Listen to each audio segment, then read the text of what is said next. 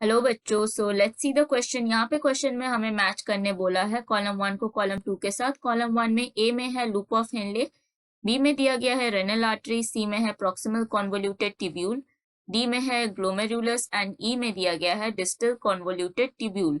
सो सबसे पहले हम लोग कॉलम 1 में जो दिया गया है लूप ऑफ हेनले उसके बारे में देखेंगे। सो लूप ऑफ हेनले होता क्या है? ये होता है एक लॉन्ग स्ट्रेट ट्यूब्यूलर सेगमेंट। और ये करता क्या है? ये कनेक्ट करता है, it connects PCT that is proximal convoluted tubule to DCT। So ये प्रॉक्सिमल कॉन्वोल्यूटेड ट्यूब्यूल को कनेक्ट करता है डिस्टल कॉन्वोल्यूटेड ट्यूब्यूल के साथ, और ये दिखता है parallel to collecting duct. So it lies parallel to collecting duct. और इसका मेन रोल क्या होता है? It plays role in concentration of urine. It plays role in concentration of urine. So अगर हम लोग यहाँ पे कॉलम 2 देखें, सो हम लोग ए को मैच कर सकते हैं विथ नंबर 5। नेक्स्ट हम लोग का यहाँ पे दिया गया है रेनल आर्टरी। सो अगर हम लोग यहाँ पे रेनल आर्टरी का बात करें, सो ये लार्ज ब्लड वेसल्स है, ठीक है। सो ये क्या है? ये है लार्ज ब्लड वेसल्स। और ये क्या करता है? ये कैरी करता है blood from heart to kidney. So ये क्या करता है? कैरी करता है ब्लड कहाँ से कहाँ तक? फ्रॉम हार्ट से लेकर टू किडनी। एंड दो टाइप का रेनल आर्टरीज देखने मिलता है, एक है राइट रेनल आर्टरी एंड दूसरा है left renal artery. Right renal artery क्या करता है कि ये सप्लाई करता है blood to the right kidney, and जो लेफ्ट रेनल आर्टरी है वो सप्लाई करता है blood to the left kidney. So हम लोग यहाँ पे बी को मैच कर सकते हैं विथ नंबर 1। नेक्स्ट हम लोग को दिया गया है प्रॉक्सिमल कॉन्वोल्यूटेड ट्यूब्यूल। अगर हम लोग प्रॉक्सिमल कॉन्वोल्यूटेड ट्यूब्यूल का बात करें, जिसको हम लोग शॉर्ट में PCT भी कह सकते हैं, ये एक कॉन्वोल्यूटेड पोर्शन है नेफ्रॉन का, जो किसके बीच में पाया जाता है?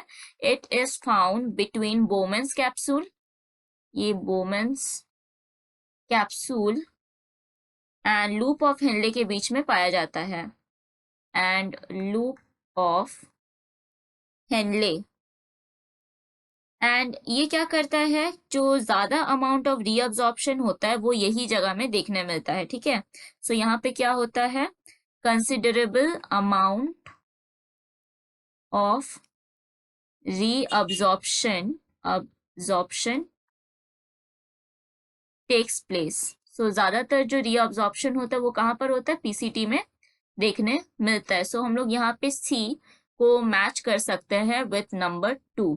देन हम लोग का ऑप्शन में दिया गया है ग्लोमेरुलस। अगर हम लोग यहाँ पे ग्लोमेरुलस का बात करें, तो ये क्या है? ये होता है नेटवर्क किसका? स्मॉल ब्लड वेसल्स का।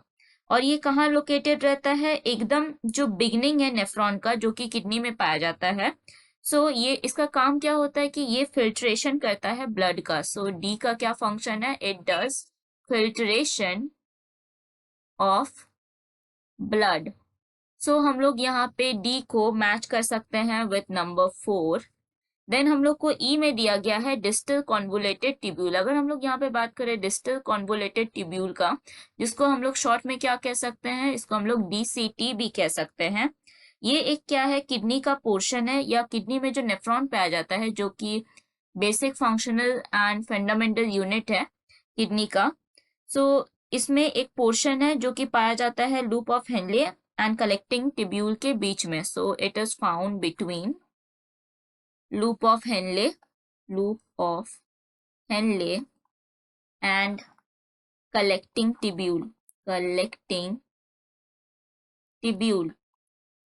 सो इसको हम लोग मैच कर सकते हैं किसके साथ? ई को हम लोग मैच कर सकते हैं विथ नंबर 3, क्योंकि ये मेन एरिया है सिक्रीशन का, ठीक है। सो हम लोग अगर देखें तो हम लोग को ऑप्शन में देखना पड़ेगा जिसमें A 5 के साथ मैच होगा। सो हम लोग को वो देखने मिल रहा है ऑप्शन नंबर C में, जिसमें 5, 1, 2, 4 एंड 3 जो कि करेक्ट ऑप्शन है, एंड A B D हो जाएगा incorrect option. So correct option यहाँ पे मार्क करेंगे option C। So hope you understood it well. All the best.